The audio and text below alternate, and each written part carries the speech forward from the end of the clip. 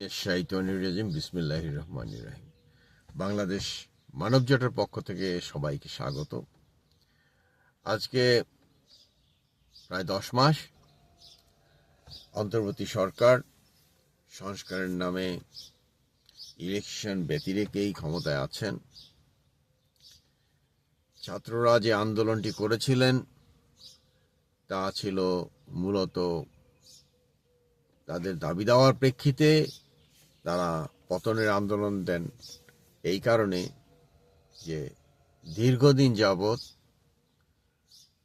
ছলচাতুরির যে ইলেকশনগুলো চলেছে দীর্ঘ 3টি টার্মে, তার প্রেক্ষিতে তারা একটি ন্যায়সঙ্গত ইলেকশন, ন্যায়সঙ্গত সরকার তারা প্রতিষ্ঠা করতে চেয়েছিলেন।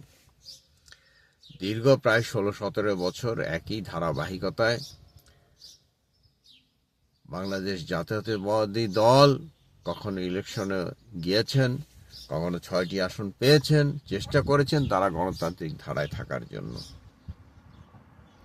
সে যাই হোক, দেখা গেল যে প্রায় 17 জন উপদেষ্টা বা সমপর্যায়ের কর্মকর্তা বর্তমান অন্তর্বর্তীকালীন সরকারে আছেন, যারা অনেকেই প্রবাসী বা বেশিরভাগই আমেরিকান প্রবাসী ছিলেন। তাদেরকে নিয়ে সরকারে বসানো হয়েছে, তাতে কোনো সমস্যা নাই। কিন্তু সমস্যাটা হইল যে এখানে যে বাংলাদেশ দেখা গেল যে একটি দল এদের কৃপায় এগিয়ে যাচ্ছে এবং নতুন নতুন দল, তার মধ্যে এনসিপির কথা তো বলাই যায়, তারা সার্বিক সহযোগিতা পেয়ে যাচ্ছে এই অন্তর্বর্তী সরকারের কাছ থেকে। বাংলাদেশ জাতীয়তাবাদী দল দীর্ঘদিন ক্ষমতার বাইরে এবং তাদের দাবি ছিল যে 31শে ডিসেম্বরের মধ্যে ইলেকশনটি হতে হবে। কিন্তু এখন দেখা যাচ্ছে যে সেই জাতীয়তাবাদী দল বা বৃহত্তর গণতান্ত্রিক দলটির প্রতি, তাদের কথার প্রতি সেইভাবে অন্তর্বর্তী সরকার গুরুত্ব দিচ্ছেন না। এবং দেখা যাচ্ছে যে আগের যে সরকার বা একনায়ক, তারা দেশটিকে সবাই বলতেছিল যে তারা ভাগ করে ফেলেছে, এক মুক্তিযোদ্ধাদের পক্ষের শক্তি, বিপক্ষের শক্তি। কিন্তু যখন 25শে মার্চের কালো রাত্রে পাকিস্তানি হানাদার বাহিনী বাংলাদেশকে অতর্কিত আক্রমণ করে ফেলে এবং বঙ্গবন্ধুকে ধরে নিয়ে যায় তার বাড়ি থেকে, তখন যখন আর কোনো গণতান্ত্রিক পথ খোলা ছিল না, সেই সময়ে বাংলাদেশের সবচেয়ে সাহসী সৈনিক তৎকালীন মেজর জিয়াউর রহমান, তার ছেলে, তার স্ত্রী তখন ঢাকা ক্যান্টনমেন্টের ভিতরে আছেন, তিনি বলতে গেলে তাদেরকে কোরবানি করে, অর্থাৎ তাদের কথা চিন্তা না করেই তিনি স্বাধীনতার ঘোষণা দিয়ে যুদ্ধ শুরু করেছিলেন। মানে বঙ্গবন্ধু যেখানে তার গণতান্ত্রিক আন্দোলনের শেষ, সেখানে তিনি সশস্ত্র বিপ্লব, সশস্ত্র আন্দোলনের ঘোষণাটা দিতে পেরেছিলেন। এই ক্ষমতাটাই তার ছিল, যা ছিল তার এক অনন্য বৈশিষ্ট্য, এক অনন্য উচ্চতা। এখন দেখা যাচ্ছে যে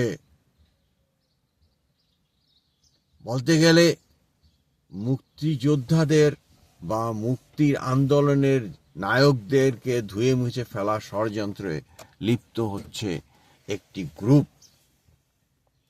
সেই গ্রুপের বিপরীতে কি জাতীয়তাবাদী দলের প্রধান সৈনিক, প্রধান প্রাণপুরুষ জনাব তারেক রহমান, তার পিতার ন্যায় আবার মুক্তি যোদ্ধার সপক্ষের শক্তিকে নিয়ে এগিয়ে যাওয়ার চেষ্টা করবেন? কারণ দেখা যাচ্ছে যে মুক্তিযুদ্ধের বিরোধী শক্তি সদল বলে দৌর্দণ্ড প্রতাপে দেশকে আবার ভাগ করে ফেলেছেন বলা যায়। কারণ তারা মুক্তিযুদ্ধের নাম নিশানা এবং মহানায়কদেরকে তারা এক রকম চরিত্র হনন করে চলছেন। মনে করি বাংলাদেশের যে শক্তিতে এগিয়ে চলছে, তার অস্তিত্ব নিয়ে এগিয়ে চলছে, সেই চলার পথে শক্তি এবং সাহস যোগাবেন জনাব তারেক রহমান। এবং যদি তিনি কোনো কারণে এই নেতৃত্ব দিতে ব্যর্থ হন মুক্তিযুদ্ধের সপক্ষের শক্তিতে, তবে অচিরেই আমাদের প্রাণের বাংলাদেশ, আমাদের সোনার বাংলাদেশ, যুদ্ধ অবস্থায় যে সকল মুসলিম দেশগুলো আছে সেই দেশগুলোর দিকে বা সেই দেশগুলোর পরিণতি বহন করতে হতে পারে। সেদিক থেকে মুক্তিযুদ্ধের সকল পক্ষকে এখন মতামত, অসন্তোষ, চুলচেরা বিশ্লেষণ না করে বিএনপির শ্রেষ্ঠ নেতা তারেক রহমানের পিছে ঐক্যবদ্ধ হওয়া এবং তার হাতকে শক্তিশালী করা এবং মুক্তিযুদ্ধের সপক্ষের শক্তিকে ক্ষমতায় নিয়ে আসার জন্য সবাইকে একতাবদ্ধ হওয়ার অনুরোধ জানাচ্ছি। এবং আমি মনে করি যে জনাব তারেক রহমান তার দীর্ঘ প্রবাসকালীন অভিজ্ঞতার থেকে শুরু করে এবং তার যে পশ্চিমা ভাবাদর্শের তিনি এতদিন ছিলেন, তার আলোকে বাংলাদেশকে একটি উন্নত দেশে নিয়ে যাওয়ার জন্য তিনি চেষ্টা করবেন এবং সঠিক ও সবল নেতৃত্ব দেবেন। ওই যারা দেশকে পিছে টানবে সেই মৌলবাদী শক্তিদেরকে তিনি প্রতিহত করবেন এবং দেশকে একটি উন্নত দেশে নিয়ে যাবেন।